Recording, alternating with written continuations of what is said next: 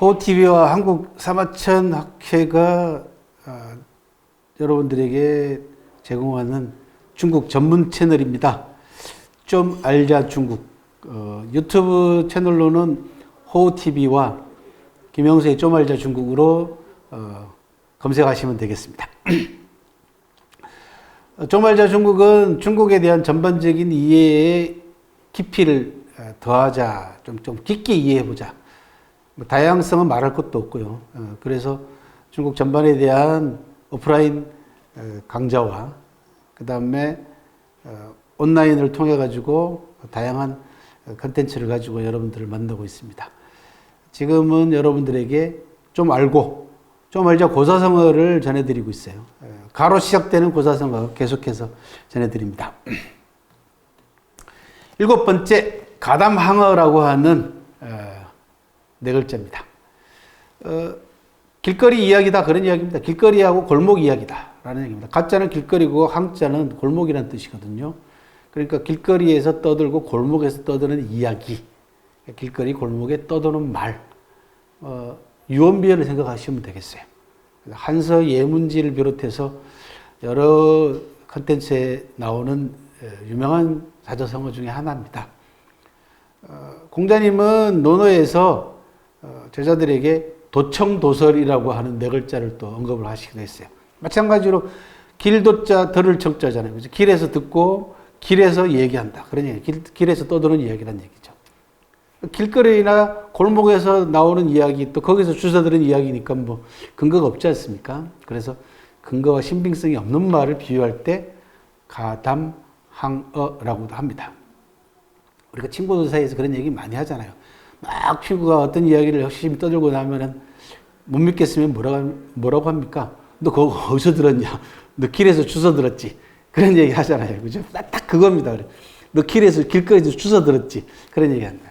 바로 그 길거리에서 주워 들은 이야기를 네 글자로 가담항어라고 합니다. 관련해서 전국시대 때 애자라고 하는 사람하고 모공이라는 사람 사이에 오고 간 대화가 또 재밌습니다. 그것만 소개를 해드릴게요. 애자는 평소 때 이게 뻥치기를 좋아했던 사람이에요. 한 번은 친구 모공을 만나가지고 야야야야 저쪽 동네에 사는 김씨집에 너 오리가 알을 한꺼번에 100개 낳았대.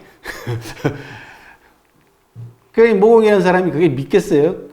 알을 한꺼번에 100개를 낳았다니까. 그랬더니 야 그게 말이 되냐? 그랬더니 2마리가 낳았대. 그러니까 오리 2마리가 그러니까 50개씩 낳았다는 얘기죠. 그랬더니 야 그것도 말이 되냐? 그랬더니 10마리가 낳았대. 이렇게 계속해서 근거 없다라고 상대편이 못 믿겠다고 하니까 자꾸 오리 숫자를 늘려가는 겁니다. 그리고 결국 나중에 한 100마리 되잖아요. 그러니까 100마리가 하나씩 놓으니까 100개가 되는 셈인데 무슨 말씀이냐면 결국은 근거도 없는 거짓말이란 얘기죠. 또 한 번은 이 사람이 모공에게 야 어저께 하늘에서 고기 덩어리가 떨어졌는데 가로가 10m고 세로가 뭐 또 10m짜리 고기가 떨어졌다. 이런 또 허황된 얘기를 했습니다. 그랬더니 모공이 그것도 못 믿겠다 그랬더니 자꾸 줄이는 거죠. 또 이제 우리가 자기가 처음에 워낙 세게 또는 워낙 지나치게 근거 없는 이야기를 해놓으면 그 다음에 상대편에게 그 신뢰성 여부를 계속해서 의심받으면 어떻게 돼요? 자꾸 그 부분에 대해서 축소하죠. 그죠? 애시당초 그게 농담이야, 거짓말이야, 뭐 하고 솔직히 인정해버리면 문제가 없는데 그게 인정하기 싫으니까 어떻게 됩니까? 자꾸 줄여 나가요. 그러면 어떻게 돼요? 신뢰성은 더 떨어지는 거죠. 그래서 가담항어는 말의 신뢰성, 정보의 출처 여부. 저는 이 가담항어를 여러분들한테 소개해드리면서 생각나는 게 뭐냐 그러면 가짜뉴스입니다. 한국 사회를 지금 병들게 만들고 있는 또 한국 사회를 혼란스럽게 만드는 가장 중요한 주범 가운데 하나가 저는 가짜뉴스라고 생각을 합니다. 이 세상에서 가장 용감하고 무식한 사람은 책 딱 한 권만 읽은 사람이다. 그런 이야기가 있습니다. 자기의 신념과 믿음도 좋지만 그것이 그릇된 신념과 믿음이라면은 세상을 잘못된 쪽으로 이끌기 십상입니다. 거기에서 나오는 이야기들은 거의 대부분 다 거짓이고 가짜이기 때문에 그렇습니다. 가담항어와 같은 가짜뉴스를 가지고 세상을 어지럽히는 그런 일들은 하루빨리 사라져야 되겠다라는 그런 생각이 들고요. 자, 8번째, 굉장히 유명한 이제 사자성어입니다. 가도벌객이라고 합니다. 이런 객자가 굉장히 어려워요. 그죠? 이거 누가 이렇게 쓸 수 있겠어요. 그죠? 우리 발음도 어렵죠. 객이라고 하죠. 그죠? 길을 빌려서 객을 치다 라는 뜻입니다. 글자 뜻은, 객은 나라 이름입니다. 객이란 나라가 있었습니다. 실제로 중국에서는 지금 하남성 쪽에 이 객국 묘지가 귀족들 무덤이 발굴이 돼가지고 박물관도 있습니다. 상당히 화려한 무덤을 썼던 걸로 귀족들은 그렇게 보고 있고, 객국의 지배계층의 무덤이 발굴이 돼가지고 박물관에서 전시가 되고 있기 때문에 실제로 문헌에 나와 있는 나라 이름하고 고고학적 발굴 유물이 일치가 돼가지고 실존했던 나라 이미 밝혀졌습니다. 좌전 등에 나오는 아주 유명한 그 사자성어입니다. 왜 그러냐 그러면 이게 우리나라 임진왜란 때 일본이 조선을 공격하기 위해서 내세운 구실이 뭐였습니까? 가도였습니다. 가도. 정명가도였습니다. 정명가도가 뭡니까? 명나라를 정벌할 테니까 길을 빌려달라는 거였어요. 그러니까 이 가도는 역사상 뭐 전쟁, 전투, 외교 이런 부분에 있어서 굉장히 많이 나오는 그 단어입니다. 길을 빌리겠다라는 구실이죠. 그죠? 그래서 유명한 병법서 가운데 하나인 36개에서는 36개 계책 가운데 하나로 가도 벌객을 소개하면서 혼전계 하나로 편입시킨 바도 있을 만큼 쉽게 얘기해서 후대 버전이 다양한 버전으로 이게 이제 확대가 됐다, 또 심화됐다 그런 이야기입니다. 가장 오래된 사례는요, 기원전 658년 춘추시대 때 진나라 홍공이 객이라고 하는 나라를 정벌하기 위해서 우나라를 거쳐야 됩니다. 그러니까 진나라가 서쪽에 있고요, 우나라가 중간에 있고 객이란 나라가 동쪽에 있어요. 가장 오른쪽에 있어요. 그러니까 이 객을 정벌하려면 어떻게 해야 됩니까? 우나라를 거쳐가야 되잖아요. 우나라를 거쳐가려면 우나라에게 길을 빌리는 수밖에 없습니다. 그래서 우나라를 잘 설득을 해야 되는데, 객이란 나라가 거리가 멀고 하니까 진나라에게 조금 까불었던 모양이죠. 그래서 진나라를 이제 치려고 하는데 중간에 우가 딱 끼어 있으니까 이 우를 어떻게 할 것인가가 이제 문제죠. 왜? 잘못했다가는 우하고 객이 힘을 합쳐가지고 진나라를 공격하거나, 또는 우하고 객이 서로 짜고 서로 협상을 해가지고 빌려주는 척하고 객으로 보낸 다음에 뒤에서 우나라가 진나라를 공격해버리면 앞뒤에서 동서로 협공을 당한단 말이죠. 그래서 안심하고 길을 빌릴 수 있는 방법을 생각해내야 됩니다. 그때 마침 홍공의 참모였던 순식이라는 사람이 나서가지고 우임금이 재물을 밝히는 사람이기 때문에 일단 뇌물을 씁시다 라고 얘기합니다. 그래서 명마, 좋은 말하고 그 다음에 이 진나라 홍공이 아끼는 옥이 있습니다. 지금은 뭐 보석하면 다이아몬드를 얘기하지만은 옛날에는 중국 역사에서 옛날에는 다 옥이 최고였습니다. 옥 때문에 전쟁까지 일어날 사례가 있기 때문에 옥이 대단히 중요합니다. 그랬더니 홍공이, 야, 내가 그건 아끼는 건데 그걸 주면 어떡하냐 이렇게 얘기를 하니까 순식이 뭐라고 얘기하냐 그러면 걱정하지 마십시오. 잠시 다른 나라 창고에 맡겨놓는 겁니다. 그렇게 얘기를 합니다. 그렇게 해서 우나라 임금에게 명마와 옥을 주고 길을 빌립니다. 길을 빌리고는 무사히 그 길을 통해서 객을 정벌하고 돌아오는 길에 다시 우나라를 들리게 돼 있잖아요. 우나라를 들리면서 군대를 정돈한다라는 핑계를 대가지고 결국 우나라까지 쳐가지고 우나라까지 멸망을 시켜버립니다. 그랬더니 우나라 임금에게 뇌물로 준 말하고 옥도 다 찾았잖아요. 그죠? 그 자기가 아끼는 말하고 옥을 찾아갖고 와가지고는 홍공이 웃으면서 그랬다는 거죠. 말을 쳐다보면서, 야, 그 사이에 이빨이 더 튼튼해졌네 라고 웃으면서 회심의 미소를 지었다, 그런 이야기가 나옵니다. 또 하나 유명한 사례는 삼국지 사례입니다. 잘 아시다시피 촉이 오나라하고 촉이 서로 동맹을 맺어가지고 조조의 위나라에 대항하기 위해서 오나라가 촉에게 형주를 빌려주잖아요. 형주성을. 형주성은 요충지입니다. 위나라, 총나라, 오나라로 가는 길목에 있는 요충지입니다. 그래서 일단 형주를 차지하고 난 다음에 촉이 형주성을 오나라한테 안 돌려줘요. 반환을 안 하는 거야. 오나라가 송건이 노숙을 보내가지고 야, 이거 왜 안 돌려주냐? 그랬더니 저쪽에 사천성 지역이 이제 나중에 총나라의 근거지가 되는 사천성 성도 지역에 그쪽 지역이 아직 평정이 안 됐기 때문에 지금 그걸 돌려줄 수는 없다. 이렇게 얘기를 해요. 그랬더니 주유가 사람을 보내가지고 뭐라고 얘기하냐면 그러면은 길을 빌려달라. 우리 오나라가 촉 지역을 평정시켜주마. 결국은 형주성을 결국 뺏겠다는 얘기죠. 가도 벌게 가겠다는 겁니다. 결국은 주유도. 근데 제갈량이 바로 주유의 속셈을 알아차리고는 그 제안을 거절했다라고 하는 그런 가도벌개 사례가 또 하나 있긴 합니다. 가도벌개는요, 경영 사례도 여러분들에도 소개해 드릴 수가 있습니다. 최근에 들어와가지고 중국의 고사성어들이나 사자성어들이요, 현대 경영 사례에 활용되는 경우가 상당히 많아졌습니다. 그래서 저는 일찍부터 이 고사성어하고 경영 사례하고 접목시키는 그 작업들을 해왔고, 그 결과물들을 이제 여러분들한테 해당되는 고사성어들이 나오면은 간략하게 소개해 드리도록 할게요. 가도벌개의 경영 사례 가운데 가장 유명한 사례 가운데 하나는요, 홍콩의 선박왕이라고 불리는 포옥강이라고 하는 유명한 사업가가, 경영자가 있었어요.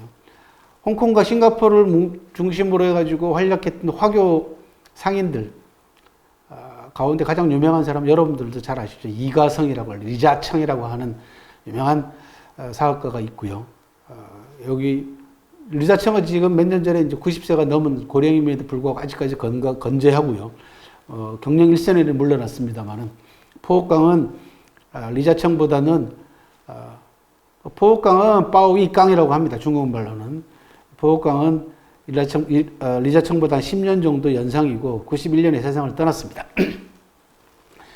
이 포옥강이 가도벌객이라고 하는 요 고사성어를 경영에다가 활용한 사례입니다.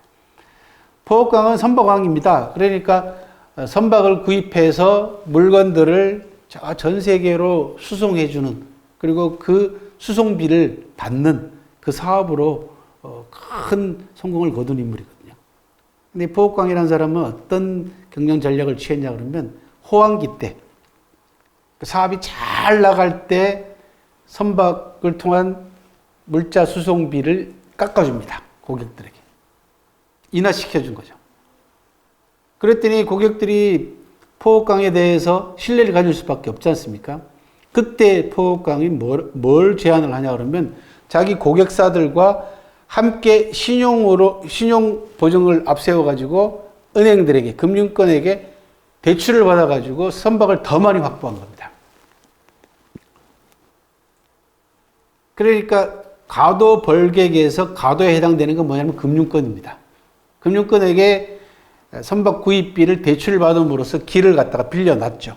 그런데 그 이후에 석유파동을 비롯해가지고 세계 경제 위기가 막 몰려오니까 모든 다른 선박 회사들이나 이런 쪽은 전부 다 파산하거나 어마어마한 위기에 몰렸는데도 불구하고 신용대출을 통해가지고 가도해낸 상태죠. 길을 빌려놓은 상태에서 확보해놓은 이 선박들을 이용해가지고 종래하고 똑같은 비용으로 물자를 수송하게 했다는 거죠. 그렇게 해서 고객들의 신뢰를 더 얻었다. 결국 물자를 수송하는 건 벌객에 해당되겠죠. 그죠? 금융권으로부터 대출을 받아가지고 선박을 확보하는 과정이 가도였다면, 길을 빌리는 과정이었다면 물자를 수송하는 결국 목적이니까요. 그죠? 가도는 구실이고 수단이고 벌객은 목적이지 않습니까? 그죠? 그래서 물건들을, 상품들을, 화물들을 전 세계에 그전과 다름없는 비용으로 무난히 수송을 함으로써 사업의 어려움을 극복하고 또 더 크게 확장할 수 있었다. 현대 경영에서 가도벌객은 윈윈을 위한 걸로 현재 바뀌고 있습니다. 병법이라든지 제가 소개해드린 사례에서 가도벌객은 결국은 길을 빌려서 그 나라를 멸망시키는 거였지만, 이제는 그게 아니라 길을 빌려가지고 서로서로 잘 되자라고 하는 윈윈을 위한 경영 전략으로 심화되고 있다. 상당히 의미심장한 겁니다. 그리고 또 하나는 1대1 간의 가도가 아니라 이제는 다자 간의 가도로 또는 다각도의 가도로 확대되고 있는 그런 상황이다. 라는 점도 말씀을 드립니다. 아홉 번째, 가도사벽이라고 하는 여러분들 잘 들어보시지 못했던 네 글자를 소개해 드릴까 합니다. 집가자, 도자는 뭐 부사로 사용됐을 경우에는 한갓, 단지, 다만 이런 뜻입니다. 집에 다만 내벽, 넉사자에다 벽이잖아요. 그죠? 집에 있는 것이라고는 벽 4개밖에 없다. 사방 벽밖에 없더라. 그런 이야기입니다. 아무것도 없다라는 거죠. 집안이 가난할 때 비유하는 말이기도 하고, 가진 게 아무것도 없는 상황을 얘기할 때도 가도사벽이다라고 얘기를 합니다. 굉장히 재미난 스토리가 깔려 있습니다. 이 가도사벽의 출전은 사마천 사기 사마상려열전에 나오는 네 글자인데요. 사마상려는 한나라 시대 때, 한나라 무제 때 유명한 문장가입니다. 근데 오랫동안 벼슬을 못했어요. 그래서 자기 고향인 사천성 지역의 성도 지역에서 집에서 책이나 읽고 살던 그런 상황이었는데, 하루는 그쪽에 있는 혈령이 부잣집, 탁시 집안의 부잣집 잔치에 사마상려를 초대를 합니다. 사마상려가 마지못해 그 초대에 응합니다. 사마상려가 그 잔치집에 나타났는데 뭐라고 얘기를 하냐면 옥룡하나한 자태로 나타났다. 그렇게 얘기합니다. 옥룡하나는 차분하면서도 우아한 자태를 얘기합니다. 이게 좀 어려운 단어인데요. 사마상려가 굉장히 잘생겼어요. 그래서 사마상려의 미모라고 할까요? 미모를 묘사하는 대목들이 꽤 많이 나오는데, 이게 옥룡한아 그런 얘기입니다. 그 자태가, 용모가 단아하고 우아하고 차분한 모습입니다. 그리고 심도, 이게 굉장히 어려운 단어인데 글자는 그렇게 어렵지 않습니다만은 심도라고 쓰면 아무도 무슨 뜻인지 모르죠. 여러분들 이 지적 만족을 위해서 제가 가져온 단어입니다. 심도는 very beautiful 그런 뜻입니다. 매우 아름답다라는 뜻이에요. 심자는 심하다라는 이제 매우라는 뜻이 맞는데 도자는 잘 알려져 있지 않은 단어인데 합쳐가지고 무슨 뜻이냐? 아주 잘생겼다라는 뜻입니다. 주로 남자들한테 쓰는 단어입니다. 사마상려가 얼마나 잘생겼냐 그러면 단아하고 우아한 풍채에다가 멋지게 생긴 외모를 보고는 자 일좌징경했다. 이것도 재밌습니다. 그 자리에 있는 모든 사람들이 다 자빠졌다라는 뜻이에요. 그러니까 깜짝 놀래가지고 사마상려가 나타나니까 와 저렇게 잘생긴 미남이 있나 해가지고 그 자리에 다 뒤로 자빠졌다는 겁니다. 일좌징경입니다. 중국에 미남자들이 꽤 많았는데요. 그 가운데 사마상려는 단연코 몇 손가락 안에 꼽히는 미남자였습니다. 이 정도니까요. 여러분들이 잘 아시는 중국 역사상 미남자 누가 떠오르세요? 삼국지에 나오는 주유. 네, 주유도 알아주는 미남입니다. 주유는 뭐 요즘 말로 얘기하면 perfect guy, 그죠? 완벽한 남자 그렇게 얘기합니다. 일찍 죽어서 그렇지, 그죠? 네. 또 누가 떠오르냐 그러면 삼국지에 나오는 역시 마찬가지로 동탁. 네, 동탁도 알아주는 여포네요. 동탁이 아니고 여포. 여포도 알아주는 미남자였답니다. 잘 아시는 그 초선과의 미인계, 그죠? 동탁하고의 관계를 이간질시키기 위해서 왕륜이라는 사람이 자기 수양딸인 초선을 이용해가지고 두 사람 사이를 이간시켰다라고 하는 그 인중남이라고 그랬어요. 사람 가운데 남자, 그죠? 최고 남자라고 얘기할 만큼 여포가 잘생겼답니다. 근데 이 사마상려를 따라갈 수 있을런가 모르겠어요. 왜? 본 사람, 모든 사람이 다 자빠졌다는데 뭐 얼마나 잘생겼으면. 그리고는 술자리가 익어갈 무렵에 이 혈령이 사마상려에게 검은고를 연주를 부탁을 합니다. 사마상려가 또 악기도 잘 다뤘던 모양이죠. 그리고 노래를 부르게 해요. 그랬더니 사마상려가 봉구황이라고 하는 곡조를 뜻습니다. 봉은 그죠? 봉황이라 그러면 새 가운데에서도 뭐 전설 속의 새인데요. 하나는 암컷이고 하나는 수컷이에요. 그래서 짝을 찾는 노래야. 봉구황은 암컷이 수컷을 찾는 구하는 그런 노래입니다. 그리고는 금은고로 사람 마음을 움직였다 해서 금심상도라고 하는 또 하나의 자사성어가 나와 있는데요. 이게 왜 그러냐 그러면 이 부잣집 탁시 집안에 딸이 하나 있었어요. 탁문군이라고 하는 딸이 있는데 멋지게 생긴 남자가 와가지고 검은고를 연주하면서 노래를 부르니까 요즘 말로 완전히 뿅 간 겁니다. 이 남자한테.